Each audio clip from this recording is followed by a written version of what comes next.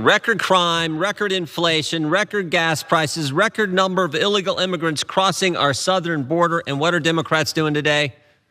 Legalizing drugs. Legalizing drugs and using American tax dollars to kickstart and prop up the marijuana industry. Wow, such a deal for the American people. Record crime. Every major urban area has increased crime, and Democrats are legalizing drugs. There's Representative Jim Jordan blowing as many dog whistles as possible as the debate about marijuana legalization rages on within the country.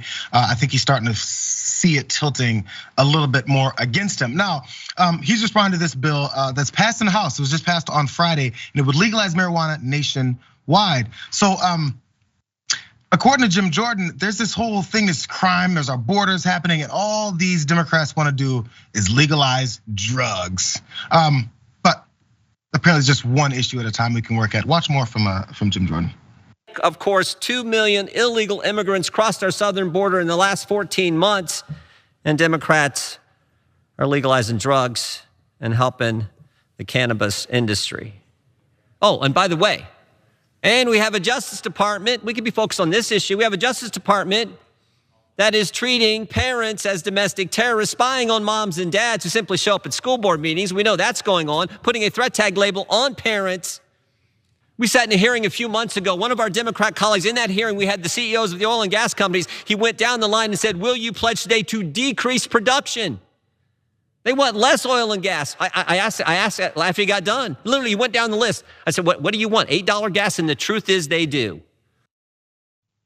That is the truth. So while we're talking about things that have absolutely nothing to do with this particular legislation, Jim Jordan also like, yeah, my 7-year-old kid totally oversleeps all the time. It's so annoying. Why are they passing legislation when it has to do with marijuana when we have all these other raging issues going on in our country? He's just reeling off anything that comes to the top of his head because that's the process for their entire political agenda.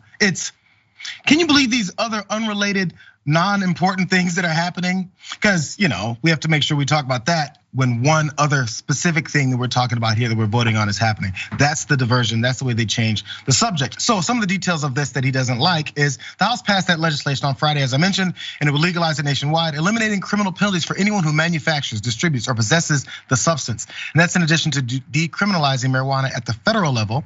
And the bill would establish procedures for expunging previous convictions from people's records and impose a tax on the sale of cannabis products. Also, the tax would begin at 5% and eventually increase to 8%. Funding raised through the tax would go toward a fund to provide job training, mentoring, substance use treatment, legal aid, reentry services, and youth recreation systems. Now, things like that, I'm also a little bit, Adrian, I don't know, man. Maybe I should look deeper into how those programs then are implemented, because a lot of times, the one thing he did say was all the money that's pushed towards the cannabis industry. So I understand that, because now that it could become legal as it is in California and a few other states, there's this onslaught of these companies, many times backed by folks who were against it when it was illegal, that are promoting it, pushing it, profiting it, making money off of it in any way possible. So I get that push, but that's not even what he's talking about, because those folks that are doing it are his friends.